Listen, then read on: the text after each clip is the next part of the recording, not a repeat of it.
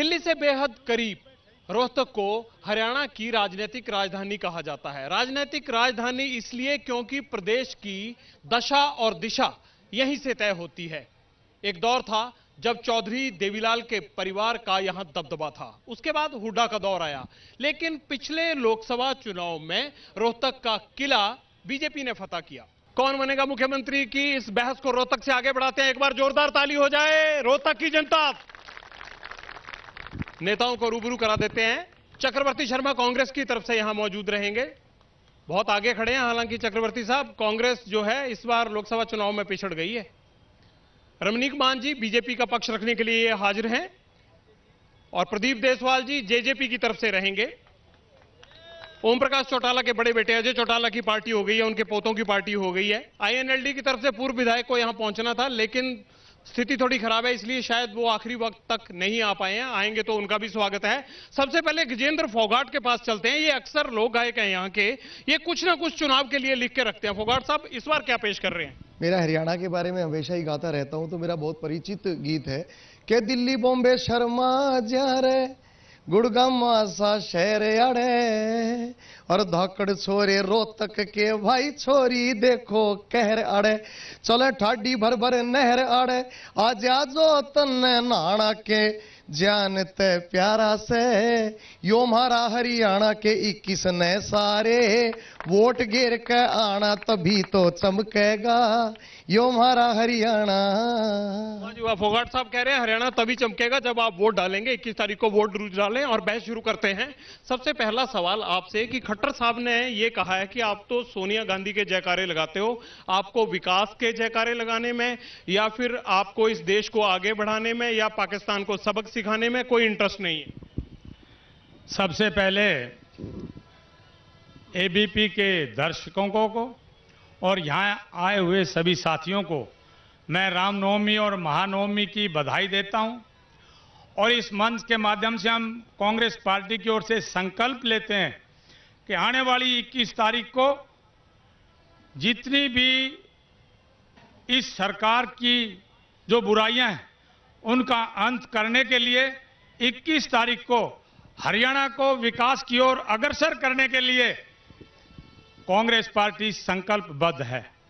जहां तक आपने प्रश्न किया खट्टर साहब का, खट्टर साहब केवल और केवल घोषणाओं के मुख्यमंत्री हैं, केवल और केवल कांग्रेस पार्टी की अनाप शनाप बुराई करके केवल इस तरह की बातें करते हैं।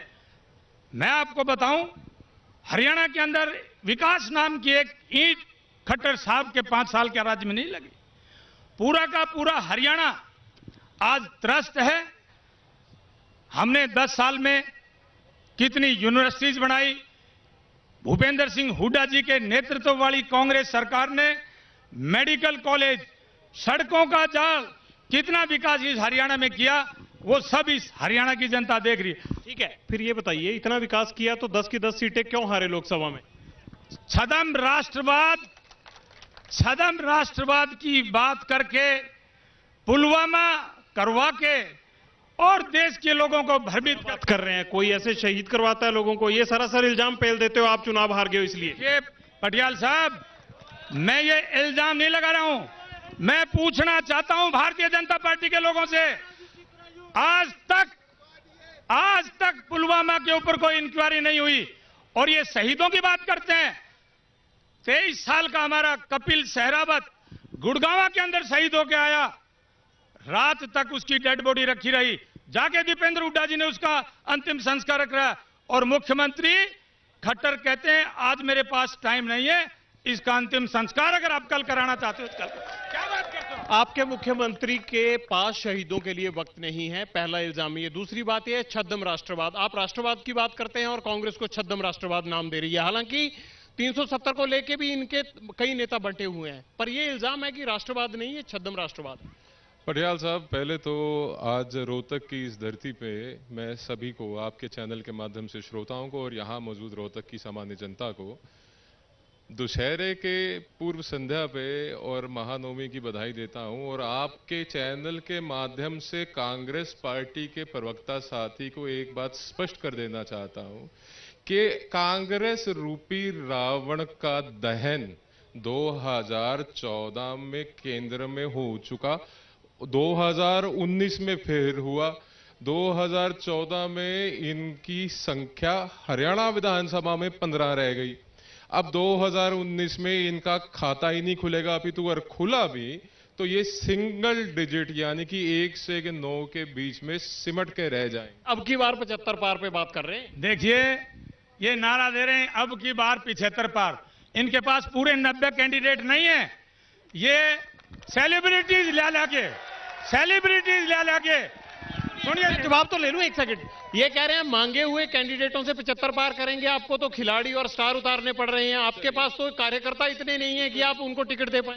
कोई बात नहीं पटियाल साहब, वो निराशा में कुछ भी कहता है आदमी, हम सुनते हैं। समस्या क्या है अगली सुनिए।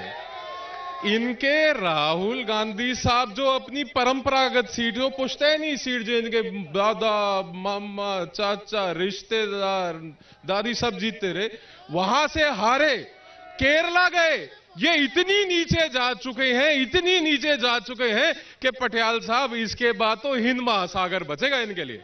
ये कह रहे हैं कि देखिए हम तो मांगे हुए उम्मीदवारों से ही 75 पार कर लेंगे, आपके तो बच नहीं रहे हैं, भाग रहे हैं। देखिए, वही गीता फोगाट जो आज से 6 महीने पहले ये कह रही थी कि ये अनफिट मुख्यमंत्री है, इसने मुझे, और योगेश्वर दत्त, सुनिए साहब, हमारे योगेश्वर दत्त को इनाम तो आप देते रहे, टिकट उसको बीजेपी ने दे दिया। हमने उसको डीएसपी बनवाया, ओडी गाड़ी दी, गोहाना के अंदर फंक्शन करवाया, और इन भारतीय जनता पार्टी के लोगों ने योगेश्वर दत्त को बिजली के तार पकड़ा दिए। क्या बात है, बिजली के तार पकड़ाए नहीं, ये मैं बात में करूंगा।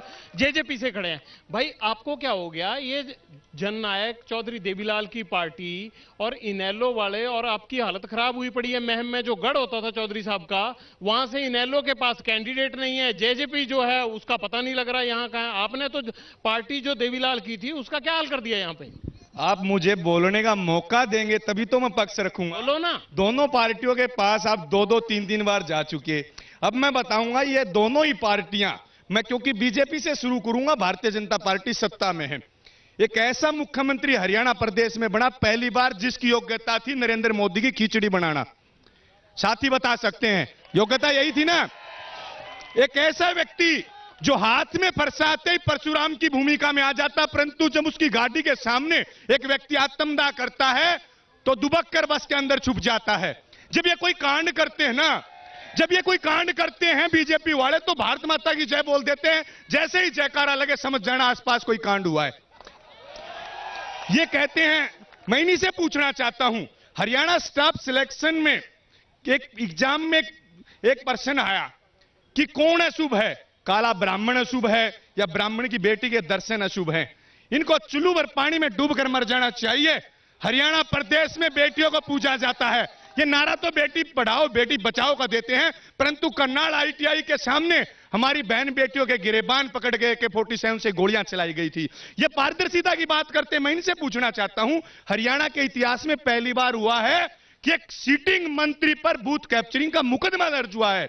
हरियाणा के इतिहास में पहली बार हुआ है कि हरियाणा जुडिशरी का पेपर आउट हुआ, नायब तहसीलदार का पेपर आउट हुआ, हरियाणा स्टाफ सिलेक्शन कमीशन का पेपर आउट हुआ, हरियाणा रोडवेज कनेक्टर भर्ती में पेपर आउट हुआ, यहां तक कि शिक्षण संस्थानों के पेपर भी आउट हुए।